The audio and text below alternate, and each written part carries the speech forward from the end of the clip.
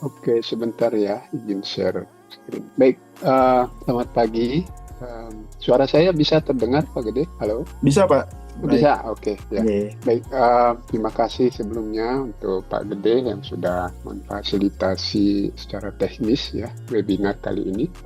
Selamat pagi, Bapak Ibu semua. Om Swastiastu. Assalamualaikum warahmatullahi wabarakatuh. Namo Buddhaya, salam kebajikan, salam harmoni. Pagi ini ya, jadi webinar pagi ini merupakan kelanjutan dari webinar sebelumnya. Ini merupakan webinar yang ke-13 ya, pemaparan yang ke-13 dan ke-14, benar ya Pak Gede ya. Jadi sebelumnya Bapak Ibu dan adik-adik semua peserta webinar, jadi saya ingin menyampaikan permohonan maaf dari Ketua Riset Group kami yang sedianya harusnya membuka ya acara ini, tapi karena beliau ada halangan, jadi mendelegasikan kepada saya ya untuk membuka acara ini. Jadi seperti aktivitas webinar yang sudah berjalan sebelumnya.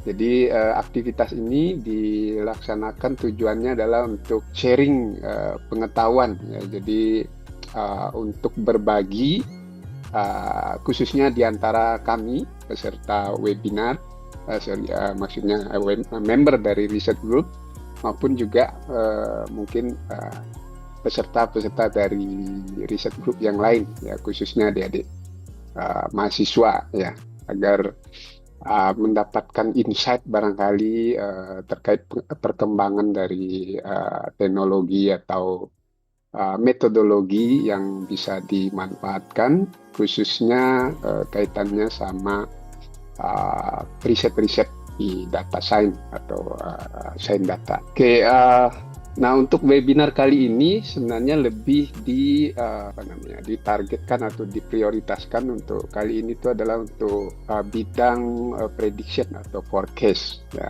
Itu yang tadi disampaikan sekilas kepada saya oleh Pak Agus. Jadi semoga nanti ada lebih banyak lagi gitu ya topik-topik yang akan dibawakan.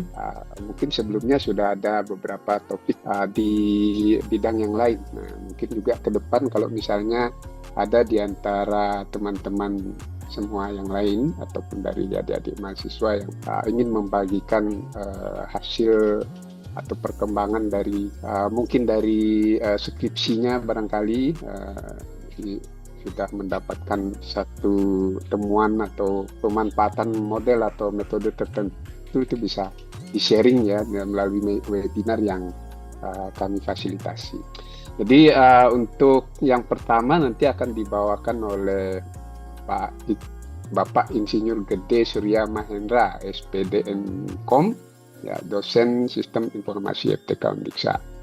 Ya, beliau akan membawakan topik berjudul The Art of Decision Making and Decision Support System gitu ya. Kemudian dilanjutkan dengan topik yang bertajuk pengembangan sistem pendukung keputusan berbasis website untuk pemilihan prioritas penerima bantuan benih tanaman pangan dengan kombinasi metode ROC dan WPM atau ROC dan WPM. Ya, ini pembicaranya dari Saudara Komang Mahendra, mahasiswa S1 Sistem Informasi FTK Undiksa.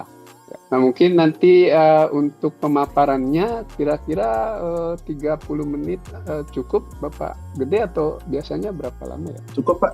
Sekitar Cukup ya? 30 sampai 45 menit, Pak.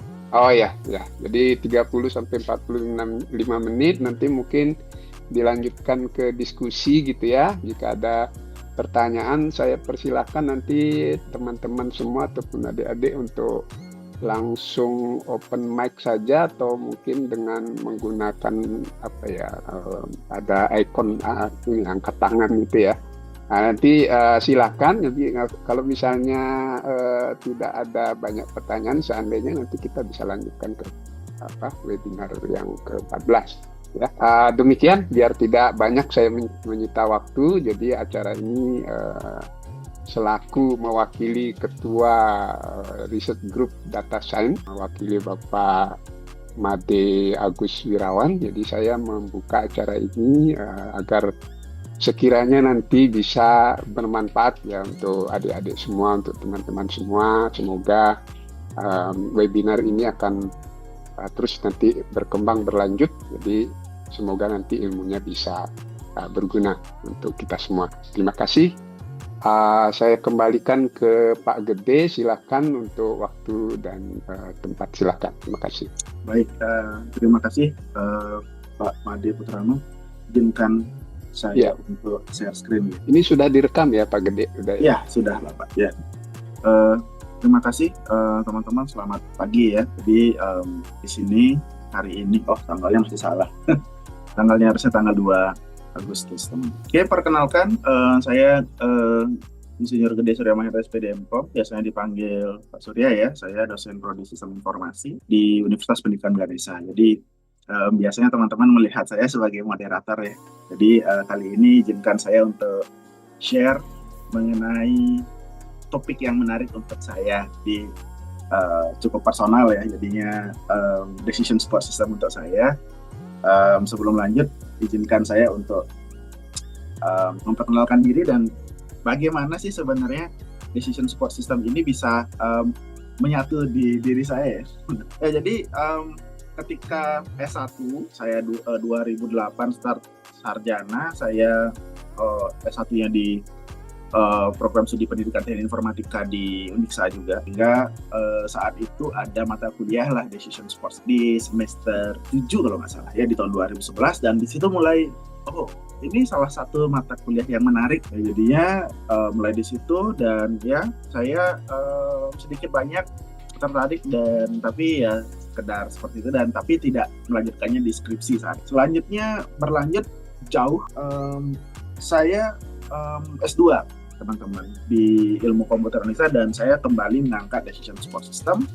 Saat itu menggunakan metode AHP SAW untuk penempatan ATM gitu. Karena kebetulan saya bekerjanya di PT Bank Negara Indonesia, dan saya concern di prioritas penempatan ATM untuk memaksimalkan profit perusahaan, sehingga decision support system kembali menjadi solusi saat itu. Kemudian 2018 kemudian saya juga jadi dosen, dan 2020 pertama kali saya dapat national grant di bidang SPK juga terkait dengan penempatan siswa on job training. Metodenya AHP profile matching dan MAUT tadi. Dan setelah itu sering sekali menghitung apa saja dengan DSS gitu. Jadi sedikit-sedikit saya coba hitung menggunakan DSS gitu. Kepo sekali kan.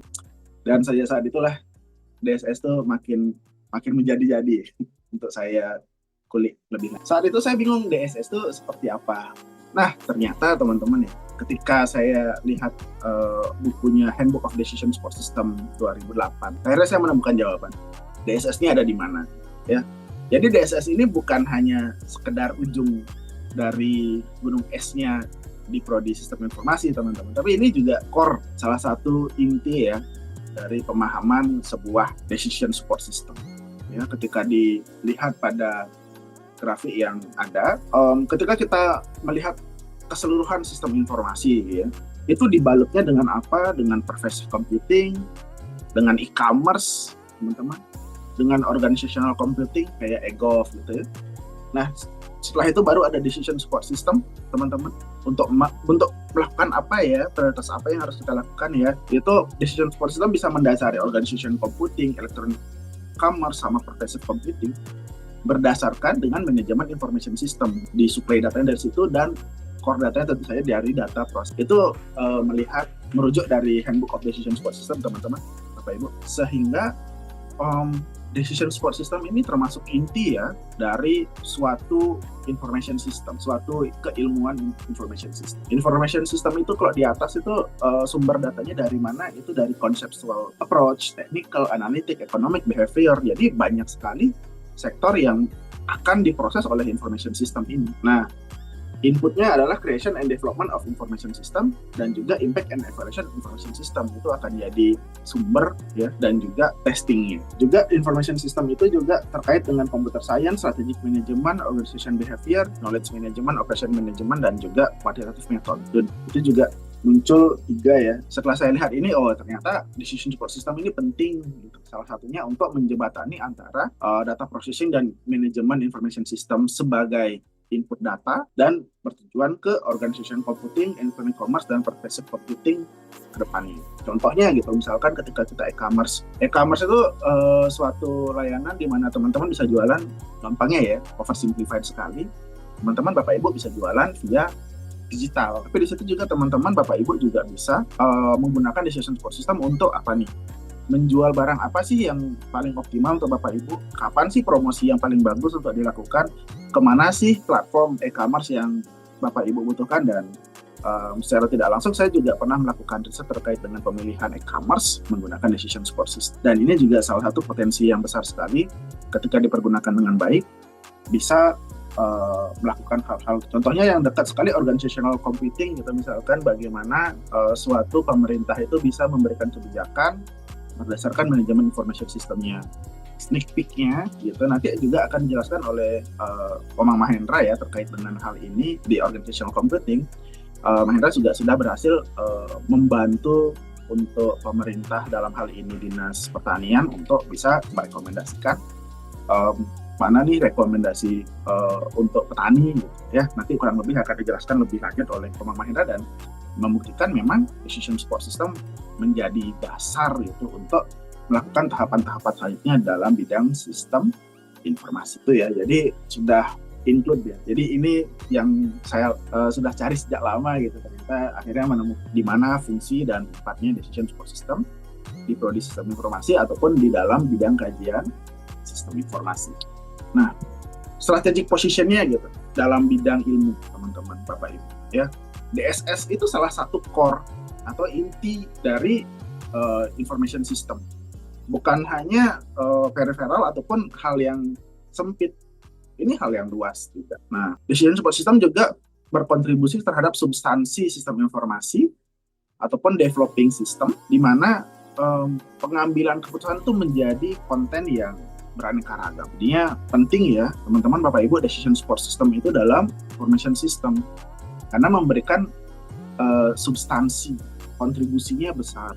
Kemudian inti dari decision support system ataupun role-nya dia sebagai decision support system itu sejalan dengan paradigma sistem informasi di mana hanya sekedar formal data processing, dari hanya sekedar hal kecil untuk data processing yang mungkin crude yang di awal, untuk decision support system ini bisa membantu perhitungan yang kompleks dengan pengambilan keputusan yang sangat dinamis. Jadi ini juga bisa mendukung hal teman-teman Bapak Ibu. Nah, DSS juga bisa berintegrasi dengan berbagai macam ekstensi dari sistem informasi. DSS itu nggak berdiri sendiri teman-teman Bapak Ibu. Jadi dia biasanya sejalan dengan beberapa keilmuan inti yang ada di decision support system. Contohnya seperti yang tadi juga saya sudah jelaskan ya. Misalkan dalam organizational computing, DSS itu meliputi multi participant collaboration. Banyak orang yang akan bisa berkolaborasi dalam hal tersebut. Team coordination dan cooperation di dalam dan antara organisasi. Nah, contohnya kayak tadi tuh yang saya jelaskan sedikit ya, nyontek hasil risetnya Mahendra. Ya, Mahendra sudah berhasil berkolaborasi antara organisasi ya, dalam hal ini pemerintah dengan petani. Nah, itu gimana caranya mereka berkolaborasi? Salah satunya dengan decision support system sebagai dasar untuk organizational computing. Misalkan nanti decision support systemnya Mahendra oke, dan kemudian potensi untuk dikembangkan, itu akan terintegrasi dengan sistem yang dimiliki oleh pemerintah. Itu masih ada tahapan-tahapan selanjutnya yang sangat memungkinkan sekali untuk diimplementasikan. Nah, selanjutnya terkait dengan bidang e-commerce, itu juga yang sudah tadi saya singgung, Bapak Ibu, teman-teman, decision support system juga memfasilitasi digital transaction, baik online ataupun offline. Nah, hal ini menyebabkan Bapak Ibu bisa unleash, meningkatkan potensi transaksi dan usaha Bapak Ibu ketika melaksanakan transaksi penjual beli melalui channel e-commerce. Decision Support System bisa melihat potensi yang Bapak Ibu itu bisa, misalkan nih sebelum Bapak Ibu terjun dalam e-commerce, teman-teman belum masuk ke e-commerce, teman-teman bisa menggunakan Decision Support System untuk memprediksi, memperhitungkan mana nih yang produk yang bisa potensial untuk saya jual. Dalam artian, itu misalkan produknya dekat dengan saya supaya melimpah di tempat saya, atau misalkan ini demand yang paling besar di market, dan lain-lain ya. Atau misalkan memilih mana nih layanan pengiriman yang paling optimal untuk Bapak Ibu bisa lakukan sesuai dengan kondisi geografis Bapak Ibu. Atau misalnya Bapak Ibu akhirnya teman-teman sudah punya set barang yang Bapak Ibu itu coba cancel di e-commerce, itu Bapak Ibu akan coba nih promosi yang mana ya untuk meningkatkan penjualan. Atau kebetulan di gudang saya ada tumpukan barang, saya akan promosi yang mana duluan ya supaya di gudang saya cepat habis. Kemudian pervasive computing ini yang kondisi yang tertinggi ya teman-teman ya, sudah ke arah smart ya, jadi sudah ke arah ubiquitous computing, perhitungan tingkat tinggi ya, sehingga mengenable decision support system anytime anywhere. Ini sih tujuan tertingginya gitu. Misalkan ketika sudah mulai dibantu dengan AI zaman sekarang, jadi makin dekat juga goals ini untuk decision support system. Jadi kemana-mana teman-teman sudah terintegrasi dengan decision support system gitu. Jadi mungkin saja decision support system akan melebur dengan artificial intelligence, itu sehingga membuat apapun kegiatan teman-teman, kegiatan Bapak Ibu itu sudah bisa terrekomendasikan oleh DS. Nah kemarin kalau nggak salah saya pernah mengakses salah satu, saya nggak mau sebut merek, salah satu mobil listrik gitu. Salah satu mobil listrik ternyata di situ ada mini survei, simple banget. Berapa anggota keluarga yang Bapak Ibu berapa jumlah anggota Bapak Ibu yang akan naik mobilnya, lebih dari 3 atau di atas, lebih dari 5 atau di bawah 5 gitu. Nanti itu dipilih, nanti teman-teman akan direkomendasikan beberapa mobil yang cocok di atas. Nah gitu, itu menarik sekali ya. Walaupun memang masih simpel sekali, tapi ini rencana ke situ nih, pervasive computing nih. Nah, jadi beberapa hal ya, pervasive computing juga bisa dimasuk. Mungkin teman-teman ketika lihat decision di e-commerce itu sudah mulai ke arah itu. Barang-barang yang teman-teman sering lihat, sering masuk ke wishlist, itu akan sering muncul ke situ. Itu juga salah satu ya bagian dari decision support. Nah, selanjutnya kita ingin lihat decision support system value-nya, peningkatannya, dan juga apa manfaat praktis yang muncul. Decision support system ini sudah mulai banyak sekali digunakan untuk peningkatan sistem informasi dalam multidisiplin, dalam berbagai macam area studi. Misalkan masukin technicalnya, misalkan researcher itu pengen memberikan hitungan matematis dalam kondisi tertentu, melihat kondisi perilaku, melihat kondisi ekonomi, atau misalkan sampai ke konseptual, perubahan konsep ya. Decision support system juga sudah sangat relevan dalam manajemen ya, baik itu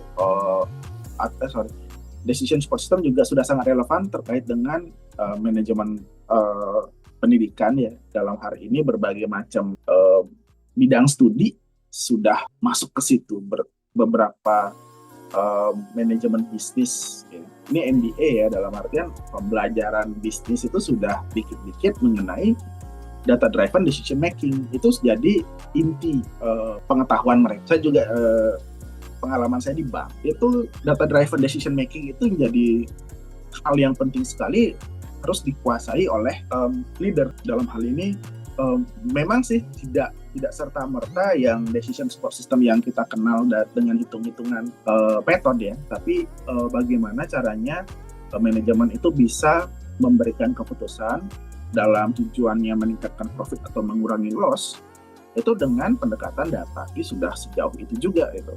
Mungkin kalau misalkan decision support saya tanyakan kepada manajemen saat itu ya, Bapak pimpinan sudah menggunakan decision support system? Enggak, kemungkinannya. Karena mereka tidak mengenal term itu, tapi ketika tingkah laku, tindak tanduk, dan keputusan mereka mirip sekali dengan hal-hal yang dilakukan oleh decision support system. Contohnya adalah mengidentifikasi alternatif dan juga kriteria itu sudah dilakukan oleh para pimpinan. Cuma ketika eksplisit nih decision support system ya tidak. Tapi sudah mendekati itu. Nah, studinya dari Dar dan Sundarajan tahun 2006 menunjukkan bahwa banyak dari dekan-dekan fakultas bisnis itu di Amerika itu sudah merekognisi dan juga sudah mengakui pentingnya decision support system untuk pembelajaran manajer di tahun 2006 ya. Jadinya memang decision support system ini perlu, decision making itu perlu untuk di berbagai macam peningkatan kemampuan untuk di berbagai macam multidisiplin field of study. Nah, selanjutnya kita bisa bahas decision support system itu adalah suatu improvement dari manajemen information system atau manajemen sistem informasi. Kalau teman-teman juga tadi ingat dalam bagan, ya, decision support system itu nempel setelah manajemen information system. Ya. Nah, ketika manajemen support system itu berfungsi utama sebagai routine reporting atau laporan rutin, kan manajemen misalkan dari data processing teman-teman akan bisa lihat CRUD ya, ada data masuk, ada data diedit, ada data dihapus. Di manajemen information system itu ada peningkatan utama berupa pelaporan ya. Jadi misalkan pimpinan teman-teman printkan laporan atau dapat PDF-nya berupa laporan. Nah, decision support system itu ada plusnya di mana bisa memberikan decision making, tambahan decision making. Jadi dari data yang sudah dilaporkan itu akan memunculkan sesuatu saran gitu. Misalkan dari data penjualan gitu, misalkan ternyata suatu barang kategori A itu kurang terjual di bulan lalu, itu bisa diberikan decision making berupa apa? Apakah disarankan untuk didiskon di bulan kedepannya, apakah disarankan untuk dipromot di bulan kedepannya, atau disarankan untuk tidak menambah suplai barang itu untuk ke depan. Banyak hal. Contohnya decision support system juga bisa memberikan user based customization. Jadi misalkan ada dalam satu laporan yang sama, itu ketika itu diakses oleh user yang memiliki tingkatan yang berbeda, itu akan berbeda-beda. Contohnya seperti tadi yang saya contohkan, ketika ada laporan terkait dengan suatu penjualan barang, ketika dia diakses oleh kepala gudang misalnya, dia akan dapetin bagaimana proses penjualan itu terhadap kondisi internalnya dia. Misalkan, oh jangan dulu deh saya tambah barang ini. Atau misalkan itu di manajemen promosi, wah barang ini kurang ya terjual, saya akan promosikan itu di bulan depan. Jadi bisa di custom berdasarkan kebutuhan penggunanya. Selanjutnya, nah ini yang akan menarik teman-teman untuk penelitian-penelitian selanjutnya. Decision support system itu capable untuk mempelajari hal-hal dari experience sebelumnya. Nah, ini bisa teman-teman kolaborasikan dengan artificial intelligence dan juga machine learning. Kan ke depan sepertinya AI dan machine learning itu mulai trending sekali. Dan decision support system itu sangat capable untuk bisa diintegrasi. Nah, yang beberapa riset mungkin juga beberapa mahasiswa sistem informasi juga sudah memulai decision support system yang sudah terintegrasi dengan machine learning kemarin.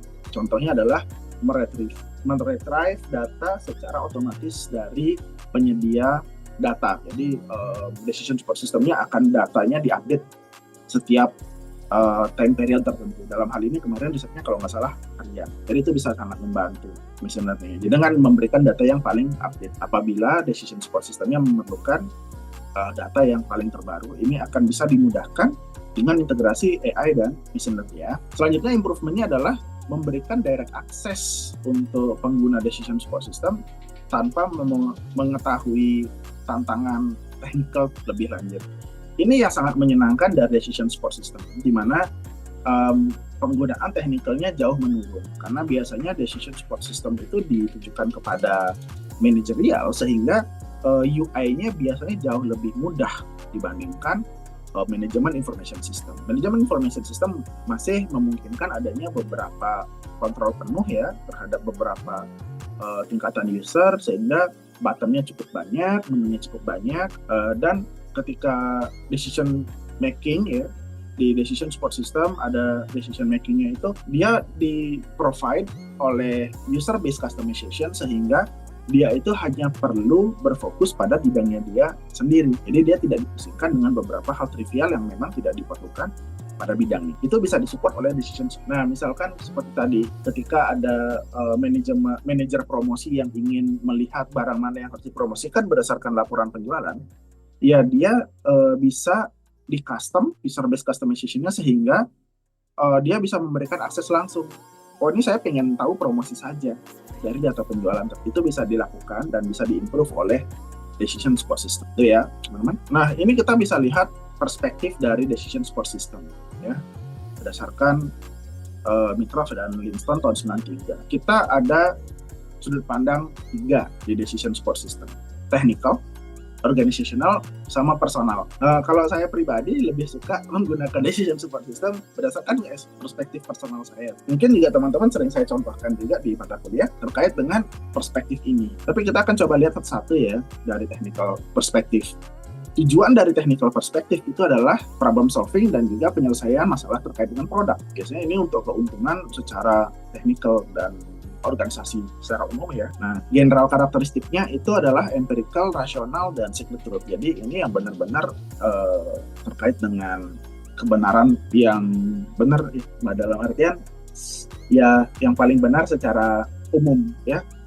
Inquiry metodenya itu fungsional dan juga decision kriteria itu based fit to data. Jadi dia stick to the data, tidak ada invensi ya terkait dengan data. Kalau data seperti itu ya sudah seperti itu. Dia mencari kebenaran dari tujuan decision support system. Berbeda dengan organizational perspektif, teman-teman, goal-nya itu adalah tindakan, ya stabilitas ataupun juga dengan proses. Nah, contoh karakteristiknya adalah altruistic, philanthropic, seek human interaction. Jadi dia ingin adanya emosional terkait dengan tujuan dari organisasinya. Nah, inquiry-nya dia interpretasi, dan di sini adalah societal gain. Contohnya ya, untuk saya memudahkan memberikan contoh, kalau technical perspektif, barang apa yang paling tidak laku dalam suatu perusahaan. Misal perusahaan A itu memberikan akhirnya produk X yang paling tidak laku. Kalau technical perspektif ya udah tidak laku, selesai, best fit datanya seperti apa. Tapi kalau ketika organizational perspektifnya dilihat, ini nggak laku karena apa? Ayo kita promosikan lebih lanjut. Ayo kita berikan ini nilai lebih untuk masyarakat. Siapa tahu masyarakat salah interpretasi terhadap barang tersebut sehingga penjualannya bermutu ya. Biasanya di kondisi itu yang sering ya antara perusahaan dan juga data yang real. Nah selanjutnya di perspektif ketiga, di personal perspektif, itu tujuannya untuk power, kekuatan, influence, pengaruh dan juga prestis. Kalau saya sih sering di sini ya, saya bisa dapetin manfaat pribadi apa ya? Kalau saya membeli barang apa, ini tujuannya buat apa ya untuk ini ya. Nah, karakteristiknya saya untuk kompetitif, egosentrik dan mencari keunggulan, mencari kekuatan. Inquiry-nya metodenya critical dan decision kriteria individual gain. Jadi untuk kondisi pribadi. Ini paling sering yang muncul untuk teman-teman bisa gunakan di kehidupan sehari-hari. Decision support system dengan personal perspektif. Sering sekali riset-riset ada di bidang ini di S1. Misalnya seperti pemilihan handphone terbaik, pemilihan laptop terbaik, pemilihan kamera terbaik, ya barang-barang konsumtif yang seperti itu masuk ke personal perspektif ya. Tahap yang kedua itu di organizational perspektif juga bisa ketika teman-teman melakukan riset yang sudah berurusan dengan organisasi. Misalkan yang sudah dilakukan oleh Mahindra itu masuk organizational perspektif, membantu petani melalui dinas pertanian ya dan hal lainnya. Jadi membantu memberikan bantuan berdasarkan data dinas sosial. Nah, hal tersebut sudah masuk ke organizational perspektif. Tujuannya sudah lebih memberikan bantuan terhadap society. Ya, jadinya sudah berbeda ya sudut pandang. Ini nggak ada hal yang buruk ya di antara ketiga ini. Oh, technical ini yang paling jujur berarti itu yang paling baik. Tidak ya teman-teman, Bapak Ibu. Jadi ini bukan benar dan salah, baik dan buruk, tapi memang sudut pandang keuntungannya ada di mana ya. Itu contoh. Mudah-mudahan dapat dimengerti ya. Apabila ada pertanyaan bisa dipersiapkan, nanti kita akan bahas ya teman-teman. Nah ini yang mulai masuk ke dalam ranah decision support system dari segi klasifikasinya ya. Yang pertama ada model driven DSS ya, menggunakan metode matematikal untuk melakukan simulasi dan optimasi terhadap untuk meningkatkan bantuan terhadap decision analysis. Nah ini fokus riset saya seringnya di sini. Fokus risetnya Mahindra tadi juga di sini ya. Contohnya menggunakan metode, nanti gampangnya menggunakan metode. Ya ada yang AHP, WP, ada di sini nanti ya. Model driven akan saya jelaskan lebih lanjut juga nanti. Nah selanjutnya ada data driven decision support system. Ini juga lumayan banyak dan ini lebih banyak ke arah organisasional. Ya. Fokusnya adalah mendata, mengakses, memanipulasi, mengelola historical data dan real data ya. Jadi OLAP dan Business Intelligence ada di sini. Saya juga ada di sini. Untuk Business Intelligence juga riset saya ada di sini juga. Gitu. Tapi saya lebih suka di model drive. Nah, selanjutnya ada Document Driven Decision Support System. Nah, ini mensupport dan analisis digital dokumen. Ini gimana ya? Ini sudah bisa dilakukan juga dengan cukup mudah dengan bantuan AI yang bisa membaca PDF contohnya ya. Misalkan ketika pengen riset gitu, teman-teman memasukkan beberapa artikel ilmiah gitu, kemudian teman-teman tanya pada AI-nya apa nih gap dari setiap risetnya gitu misalnya. Nah, itu udah Document Driven Decision Support System, teman. Ini sudah lebih baik sekarang karena sudah dibantu dengan AI sehingga di searching and analysis digital dokumennya lebih baik lagi daripada zaman sebelumnya sebelum ada AI. Selanjutnya ada Knowledge Driven Decision Support System, itu adalah memberikan knowledge base. Ini mirip dengan expert system. Nah, ini misalkan dilakukan dengan biasanya masuk ke arah medical. Ya, ini lagi training juga medical decision support system ya, membantu orang untuk mendiagnosis karena kemarin kalau nggak salah ketika zaman COVID itu orang-orang yang sakit malah takut ke dokter. Nah, sehingga memunculkan kecenderungan orang-orang mengecek kondisi kesehatannya di internet. Telemedicine muncul dari ini, Knowledge Driven Decision Support System. Ini mirip dengan expert system. Perbedaannya tetap hasilnya berupa rekomendasi terbaik dengan spare pengetahuan yang lain. Yang kelima itu adalah Communication Driven Decision Support System. Nah, Communication Driven Decision Support System ini biasanya menggunakan kolaborasi dan komunikasi antar decision. Misalnya ada untuk menentukan suatu bobot kriteria tertentu, ternyata bosnya ada 5 orang. Hal itu bagaimana caranya mengkompromikan? Itu menggunakan Communication Driven Decision Support System. Contohnya adalah Groupware dan Group Decision Support System. Jadi sekarang sebenarnya untuk Model Driven Decision Support System dan Communication Driven Decision Support System untuk DSS Mandiri dan Group Decision Support System itu sudah terhierarkikan. Jadi memang Decision Support System itu bisa kita bisa sebut Decision Support System, tapi di dalamnya juga bisa mengakomodasi Group Decision Support System. Jadi, jadinya apabila nanti ada riset misalkan itu risetnya pemberian bantuan gitu, tapi pemberi keputusannya ada banyak orang, nah itu juga bisa dimasukkan ke Model Driven Decision Support System dengan pendekatan tambahan berupa Communication Driven Decision Support System. Jadi teman-teman, DSS classification ini bisa saling melengkapi juga nanti. Itu ya, ini berdasarkan risetnya Power tahun 2002. Nah, teman-teman bisa nanya, saya ada di mana sih dalam suatu riset decision support system, ya. Jadi teman-teman ada di mana? Kalau saya itu ada di bagian 2 ini, ada di MCDSS sama MCDM, multi kriteria decision support system dan multi kriteria decision making. Kalau multi kriteria decision making itu hitung-hitungannya berupa hitung-hitungan, formula hasilnya. Jadi perankingannya tuh saya hitung berdasarkan kondisi manual. Tapi multi kriteria decision support system itu berupa tampilan sistem.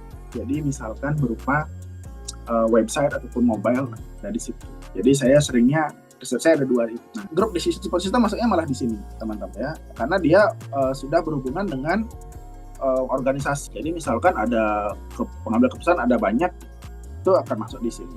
Masuk di communication, organizational science sama psikologi. Kan psikologi dalam artian ini orangnya pengen kompromi seperti apa. Nah, di situ masuk. Nah, Group Decision Support System juga masih masuk ke sini ya. Selanjutnya ada AI juga. Ini AI ada 2 kali. AI bisa mengkomunikasikan ya antar pengambil keputusan, dia bisa dikompromikan dengan AI juga. Itu bantuannya bisa di situ. Selanjutnya, model manajemen dengan AI juga bisa bergabung untuk dapat dihitung secara, misalkan ini ke arah ini ya penggalian datanya teman-teman. AI untuk menggali data. Kalau di sini AI untuk kompromi decision making-nya. Nah, jauh decision support system juga bisa masuk ke UI. Karena kan tadi ada riset berupa user customization untuk decision support system. Nah, UI-nya seperti apa? Karena nanti pembelajaran UI itu terkait dengan juga persona pengguna. Persona pengguna itu kadang-kadang untuk decision support system tingkat senior itu kemungkinan besar pengetahuan komputernya cukup tidak baik ya. Jadinya di situ bisa dibantu sekali dengan UI yang personal untuk mereka. Itu ya juga ada sistem science dan organization science. Ini ke arah pengetahuan basic terkait dengan organisasi yang muncul ya, masuk Cognitive Science dan DSS Foundation. Nah, kalau saya pribadi ada di MCDSS, MCDM, ada di situ. Saya masih mencoba untuk bagaimana caranya decision support system ini bisa terintegrasi dengan baik di AI dan juga machine learning, itu baru dimulai ya. Oke. Selanjutnya saya bisa bilang AI ini adalah mulai jadi ya untuk decision support system itu AI-nya sudah mendapatkan suatu titik terang. Kalau dulu kan AI-nya mungkin sangat terbatas sekali. Dengan peningkatan kemampuan hardware yang terjadi lonjakannya luar biasa dan juga stagnansi perkembangan hardware, sehingga orang-orang sudah mulai mainin software di sini, dan AI adalah salah satu yang lahir dari mutakhirnya hardware, sehingga AI ini menjadi direct impact untuk model manajemen subspecialties ya. Contohnya di riset saya gitu. Ketika menggunakan metode-metode berbasis model, AI ini menjadi salah satu kuncinya untuk dapat meningkatkan kapabilitas yang sebelumnya. AI menjadi pionir untuk knowledge based model manajemen konsep gitu. Kembali untuk peningkatan model. Nah, modeling proses automation and data integration itu tercakup dengan model analysis, interpretation, dan model. Maksudnya apa ya? Jadi ketika kita memberikan suatu pemodelan, itu bisa ditingkatkan dengan data integration dari contohnya ketika mungkin dulu teman-teman bilangnya adalah ini, rekomendasikan saya handphone terbaik ya gitu untuk decision support system. Mungkin beberapa tahun lalu itu alternatifnya muncul 5, 10 gitu kan. Mungkin teman-teman bisa lihat seperti itu. Kenapa 5 sama 10 itu direkomendasikan? Ya karena dagang HP di tempat saya adanya 10 itu gitu. Nah, masalahnya sekarang muncullah e-commerce, muncul semuanya. Stok yang lama pun teman-teman bisa beli. Ketika teman-teman sekarang misalkan contohnya buka e-commerce, ngecek Nokia 3310 masih ada loh teman-teman yang jual. Nah, sehingga dengan munculnya AI, analis modelnya itu bisa jauh lebih kuat. Misalnya dengan meng-crawling seluruh data yang ada di internet. Itu sangat bisa sekali. Misalkan teman-teman mencoba ingin bikin rekomendasi handphone, teman-teman nge-crawling data di website handphone. Yang saya tahu mungkin GSM Arena mungkin, tapi harganya mungkin $. Nah, ketika itu di crawling itu bisa menjadi data automation yang baru ya. Contohnya ya, mencari datanya bisa lebih luas sekarang. Jadi teman-teman bisa merekomendasikan handphone itu ya bisa jauh lebih luas. Nggak hanya 5-10 model yang ada di hadapan teman-teman, tapi juga ribuan model yang sudah diproduksi di dunia. Mungkin Nexian juga bisa masuk ya. Jadi model-model yang lama, model-model yang sudah discontinue. Nah, mungkin di situ bank datanya jauh lebih besar dibandingkan apa yang teman-teman punya dengan decision support system model standar itu ya, dan interpretation-nya dan juga model integration. Selanjutnya ada intelligent agent, misalkan ada no-bot, soft-bot, dan juga adaptive desk. Itu ada digital assistant. Decision support system ke depan harapannya sudah tidak lagi teman-teman membobotkan kriteria dengan drop down button, dengan tracker, tapi memang sudah menginput, mungkin sudah bisa berinteraksi ya dengan mikrofon, dengan ngobrol langsung yang bisa diinterpretasikan dengan chatbot misalkan gitu ya. Jadinya nggak ada information overload. Kalau misalkan teman-teman membobotkan 1-100 ya saat ini, itu masih oke banget. Tapi itu kan teman-teman memiliki kemampuan teknikal. Oh, ini saya kasih 100 ya, tapi saya pengennya 73%. Kenapa 73%? Saya juga nggak tahu gitu. Tapi ketika itu bisa dibantu dengan AI dan juga dukungan chatbot itu, misalkan dari tanya jawab yang muncul dengan chatbot ini akan bisa menginterpretasikan pembobotan si pengguna itu dengan lebih smooth ya, tanpa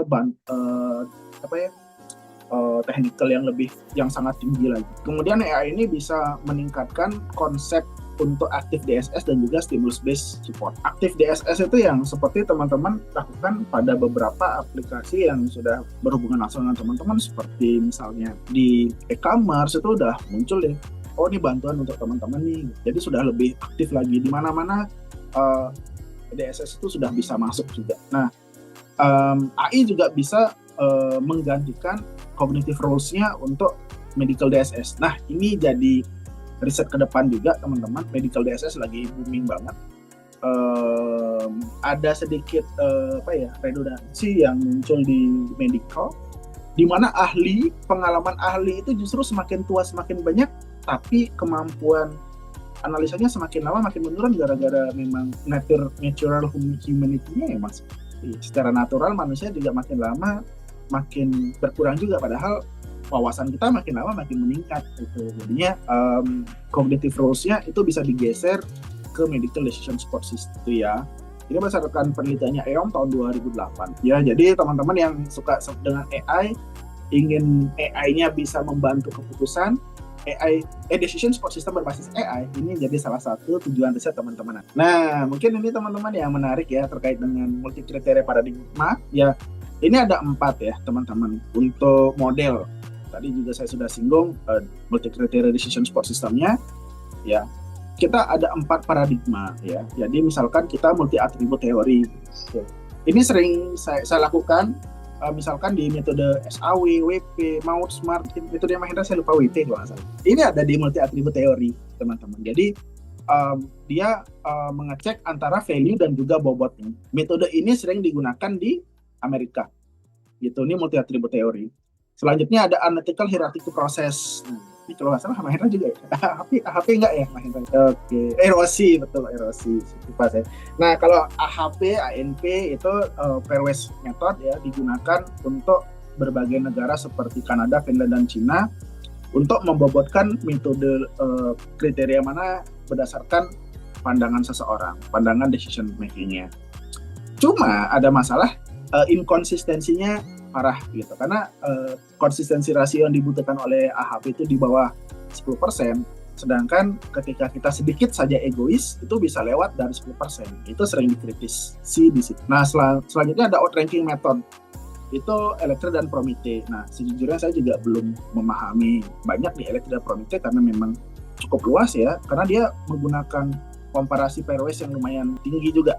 Ini sering ada di Eropa, di Prancis dan Belgia menggunakan seperti ini. Justru dia menggunakan set of best candidate ya, itu ya. Jadi bukan single solution, bukan ranking. Berbeda dengan multi atribut teori yang memberikan ranking 1, 2, 3. Kalau di Electre Prometheus dia top berapa? Top 3, top 2, tergantung dengan tujuan dari si pengambil keputusan. Itu juga memiliki pro kontra juga terkait dengan sesuai dengan studi kasus yang digunakan. Yang keempat ada Russian system. Nah, ini juga sering sekarang decision support system yang sering direkomendasikan seringnya munculnya dari Russian system, teman. AIM Zaporozhye, kalau yang terkenal mungkin salah satunya Vicor ya.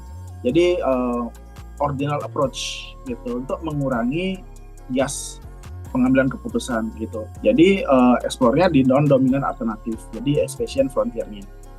Contohnya dia tuh bisa mengeliminasi banyak alternatif yang tidak diperlukan atau tidak dekat gitu. Dia dieliminasi dulu, yang itu baru kita berfokus pada set yang lebih baik. Jadi kayak ada eliminasi gitu, kayak ada babak penyisihan gitu modelnya untuk lebih meningkatkan kualitas decision support system. Itu ya, multi kriteria paradigma mungkin ini banyak yang mencoba menggabungkan juga. Misalkan saya coba gabungkan analytical hierarchy process dengan multi atribut teori lah gitu. Saya contohnya menggunakan AHP sama Maud kemarin gitu. Dan juga mungkin AHP dengan Electre, banyak mencoba. Oke, nah selanjutnya teman-teman mungkin tahu yang namanya multi kriteria decision making ya, yang sudah mulai riset di bidang decision support system.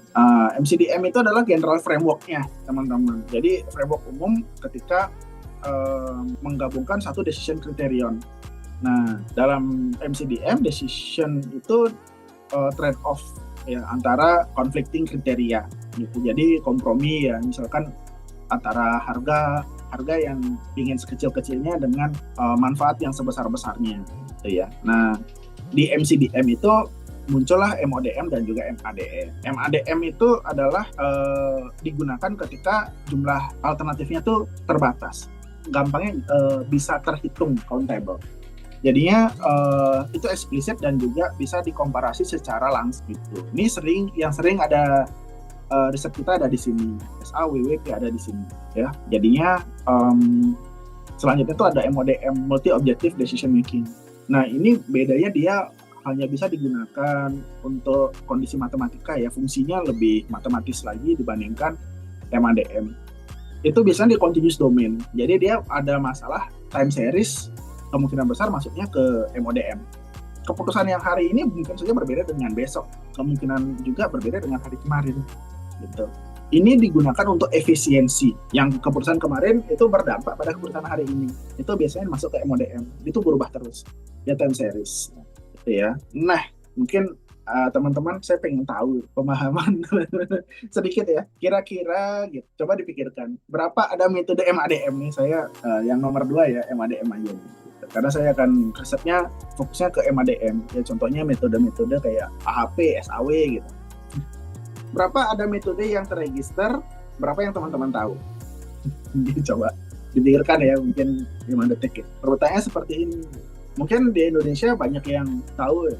Mungkin yang fundamental tuh ada AHP, SAW, WP, Topsys, Elektrik, Promiti, Mura, mulai Pas-Pas, ROC apa lagi. Itu ya teman-teman akan mulai hitung ya, oh banyak ya metodenya. Oke, saya pengen kasih fakta sama teman-teman bahwa yang berdasarkan penelitiannya Kirensi tahun 2021 dengan Proposal Taxonomy Discrete MCDA Method for Ranking 300 teman-teman, 300. Ya, saya baru tahu berapa gitu.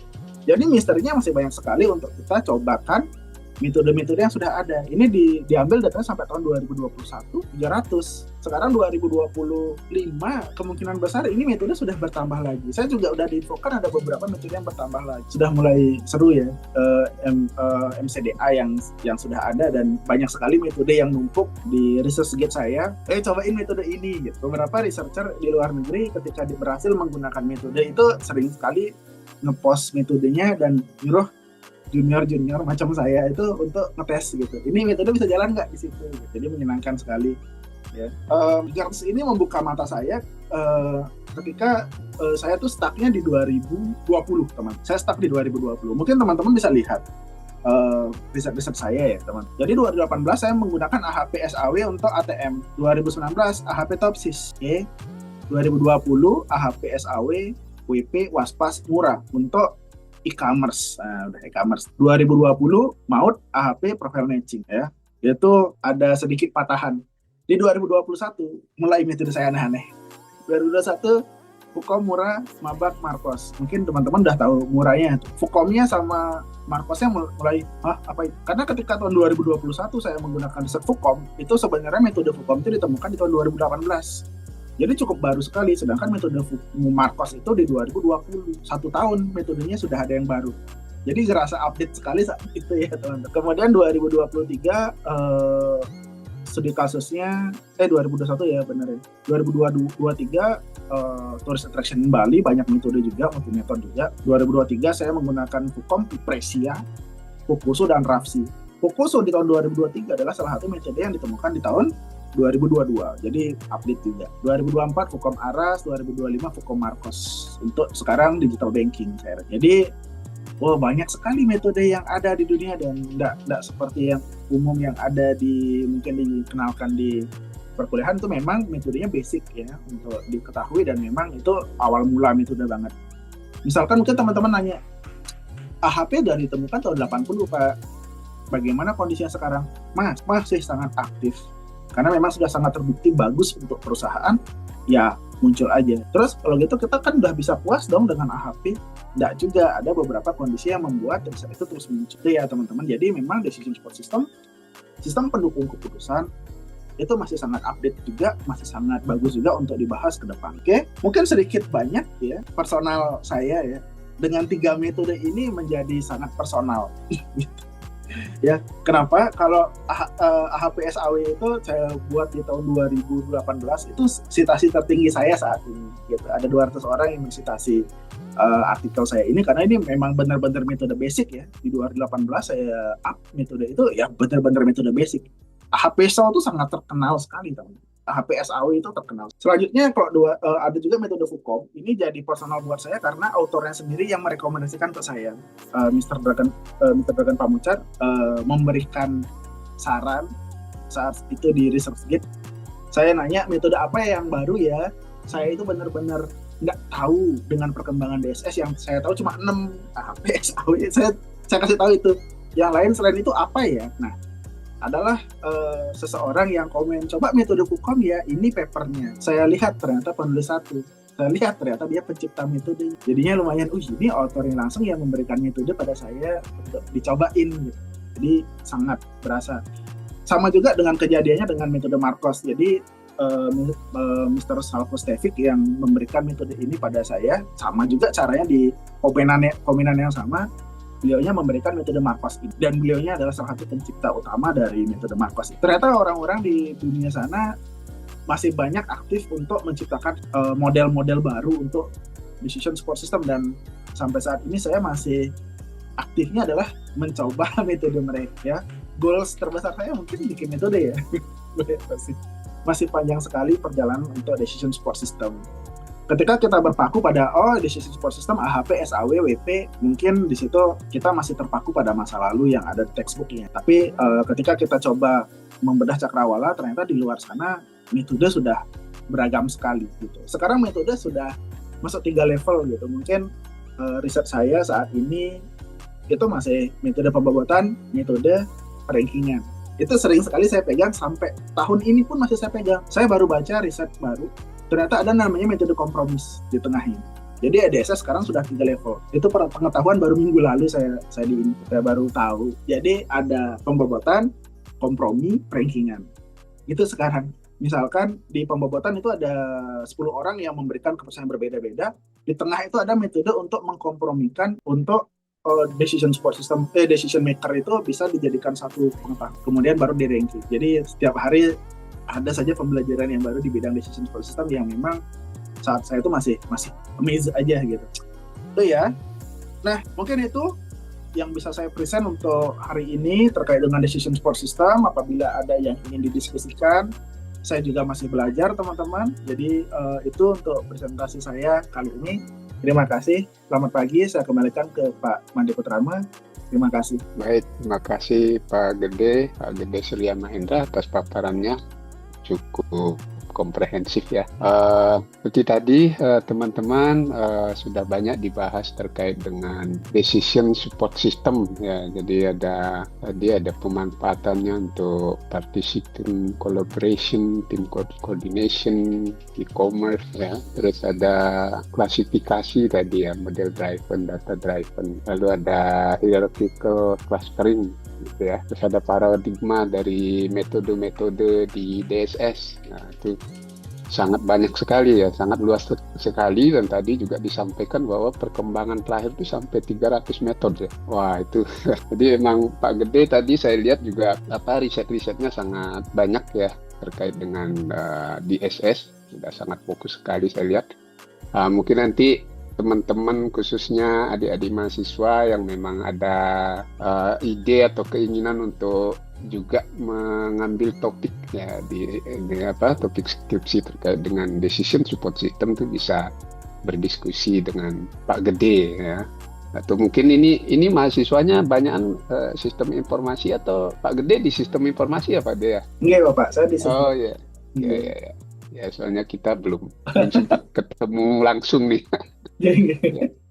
Ya. Ini mungkin silakan ya. Kalau ada pertanyaan mungkin saya berikan kesempatan untuk teman-teman atau adik-adik mahasiswa terlebih dahulu. Silakan kalau ada pertanyaan, atau mungkin sudah punya ide gitu, mungkin masih bingung memulainya barangkali dengan kalau misalnya menggunakan decision support system itu bagaimana tahapannya. Nah, ini mumpung ada pakarnya nih Pak Gede nih, silahkan adik-adik mahasiswa, silahkan kalau ada mungkin 1-2 pertanyaan dulu, silahkan bisa open mic langsung, atau ada raise hand ya, ada ikonnya di bawah, silahkan. Ini adik-adik mahasiswa SI aja atau ada Ilkom atau PTI juga nih Pak Gede kira-kira? Ada banyak juga Pak, ada juga dari PTI. Kalau PTI semua ya di Iya. Oke. Ada umum juga ya. Iya betul. Silakan bagi Bapak Ibu atau adik-adik mahasiswa yang punya pertanyaan. Ini menarik sekali ya. Kalau saya sendiri sih dulu S2 dapat ininya aja Pak Gede, kulit-kulitnya aja. Jadi tidak pernah menerapkan itu sebenarnya secara realnya. Tapi kalau tugas ya barangkali kayak mockup gitu. Soal apa kasus-kasus yang sudah disederhanakan. Nah ini ada satu. Oh ini Pak Gede ya? Oh ya tak kira mahasiswa. Silakan kalau ada. Oke, mungkin saya ada ini Pak Gede. Mungkin kalau memang belum ada mahasiswa atau Bapak Ibu yang bertanya, saya izin untuk ya ingin tahu aja ini Pak Gede. Mungkin bisa diberikan pencerahan. Kalau di DSS itu lebih apa ya maksudnya kalau kalau expert system kan tadi ada nyebut expert system ya kalau saya tidak salah itu kan kita menggali kemampuan dari expert itu kita tuangkan ke sistem sehingga sedikit tidaknya kita bisa mengandalkan sistem gitu kan untuk mengambil keputusan. Kalau kalau apa mohon koreksinya kalau keliru ini udah sangat lama dan saya tidak pernah pakai expert system. Tapi kalau di DSS sendiri itu workflow atau tahapan bagi adik-adik mahasiswa khususnya kalau dia punya satu permasalahan gitu, itu sebenarnya tahapannya itu seperti apa? Apakah banyak juga harus menggali dari expertnya atau bagaimana atau harus banyak ngambil data atau banyakan bermain di algoritma atau bagaimana itu? Mungkin bisa diberikan pencerahan tuh Pak Gede, silahkan. Baik, terima kasih Pak Menteri Putrama. Jadi ingin sedikit sharing ya terkait dengan expert system dan juga decision support system, dan karena namanya ada sistem-sistemnya juga, kemudian ada di ranah yang sama gitu. Jadinya memang hampir sebenarnya tidak bisa terpisahkan secara lugas sekali, tapi memang yang paling dasar membedakan adalah sudut pandangnya Bapak-bapak Ibu-ibu. Jadi kalau expert system itu adalah orang awam yang menggunakan pengetahuan ahli. Jadinya yang pakai biasanya awam. Berbeda dengan decision support system yang pakai biasanya malah justru decision maker. Nah, kalau misalkan dalam organisasi malah pimpinan tingkat atasnya malah expertnya malah, tapi dia ingin keputusan dia didasari dengan data itu benar atau tidak. Biasanya seperti itu. Ketika seseorang sudah concern saya akan menggunakan decision support system, maka orang itu memang membutuhkan decision support system itu untuk mensupport gitu. Jadinya posisinya support, mensupport keputusan dia itu sudah benar atau tidak. Nah kemudian kalau misalkan di expert system itu basis pengetahuannya itu ya dari pakar. Jadi pengetahuan pakar jadi kondisi inti tingkat kebenarannya.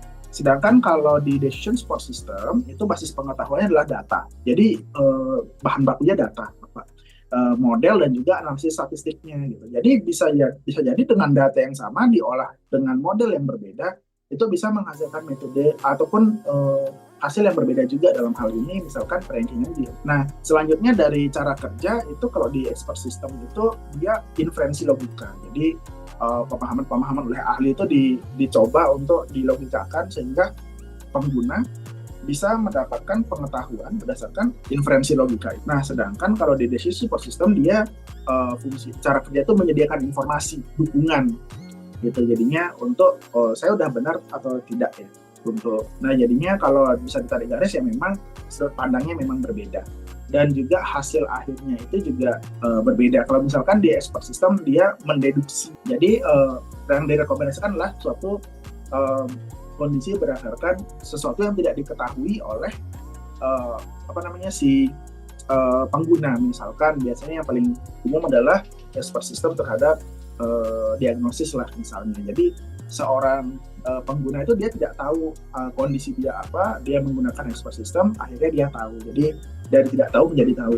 Sedangkan kalau di decision support system, dia sudah tahu ada beberapa pilihan, dia ingin mana sih pilihan yang optimal untuk dia. Jadinya dari 10 opsi yang misalkan diberikan, alternatifnya itu bisa dijadikan ranking. Itu yang paling sering yang ada di decision support system adalah outputnya mayoritas adalah berupa kurang lebih seperti itu. Terima kasih Pak Gede. Kalau boleh lanjut sedikit aja pertanyaannya. Tadi itu kalau misalnya dievaluasinya apa biasa digunakan Pak Gede kalau mengevaluasi? Oke.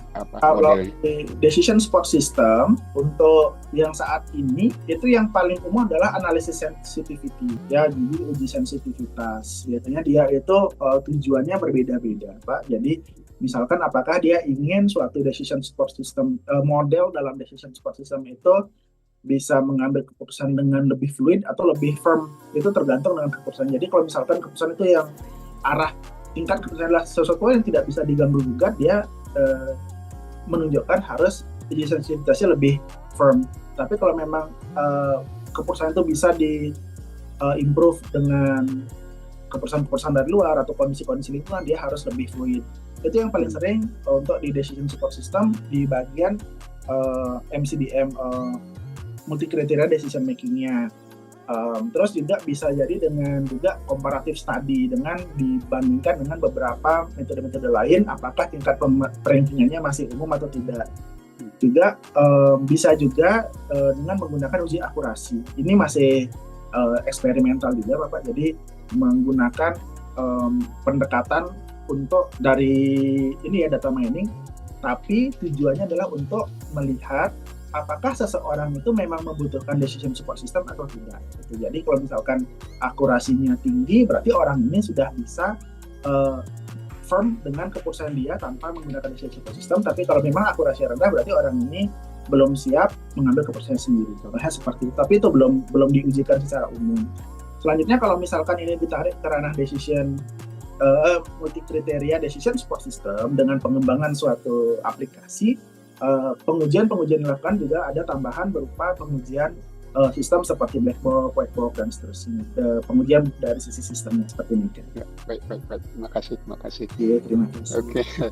Silakan Bapak Ibu, adik-adik semua, kalau ada pertanyaan lagi, mungkin ada tiba-tiba muncul gitu ya pertanyaan, silakan. Tidak ada, saya lihat nih ada. Oke, kalau tidak ada, terima kasih banyak Pak Gede Surya Mahendra atas paparannya dan juga diskusinya tadi, sangat-sangat menarik ya, khususnya buat saya pribadi karena tidak mendalami, tapi kelihatannya ini riset saya mungkin akan beririsan barangkali suatu hari. Semoga bisa kolaborasi. Ya, terima kasih sekali lagi Pak Gede.